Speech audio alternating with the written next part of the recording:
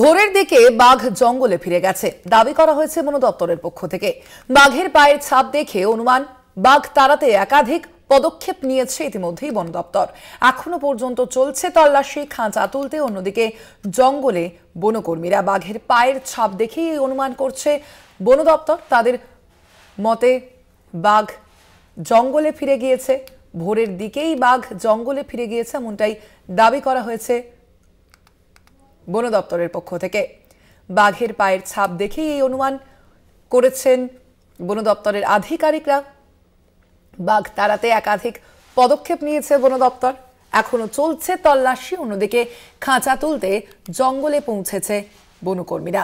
যেমনটা জানা যাচ্ছে, আমরা সম্প্রতি দেখেছি যে এই বাঘ নিয়ে যথেষ্টই আতঙ্কের মধ্যে ছিলেন গ্রামবাসীরা, এবং এবার বন দপ্তরের পক্ষ থেকে যেমনটা জানানো হচ্ছে যে ভোরের দিকেই বাঘ জঙ্গলে ফিরে গেছে। দাবি করা হয়েছে বন দপ্তরের পক্ষ থেকে। বাঘের পায়ের ছাপ দেখেই অনুমান করা হচ্ছে।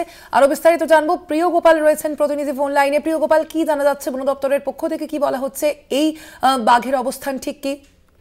একদমই আমাকে প্রথমে যেটা বলে রাখি যে গত দুদিন ধরে যে বাঘকে তাড়ানোর চেষ্টা চলছিল, অবশেষে আজ কিন্তু ভোরবেলা জঙ্গলের অনুমান বন দপ্তরের কর্মীদের ইতিমধ্যেই কিন্তু আরো সার্চিং চালাচ্ছে, এবং সার্চিং চালিয়ে এখনো পর্যন্ত কিন্তু কোনো বাঘের হদিস পাইনি, এবং বাঘের পায়ের ছাপ পাওয়া গেছে।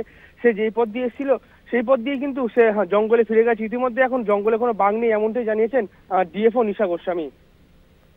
ধন্যবাদ তোমায়। আমরা কথা বলছিলাম, ফোন লাইনে ছিলেন প্রতিনিধি প্রিয় গোপাল মুখোপাধ্যায়।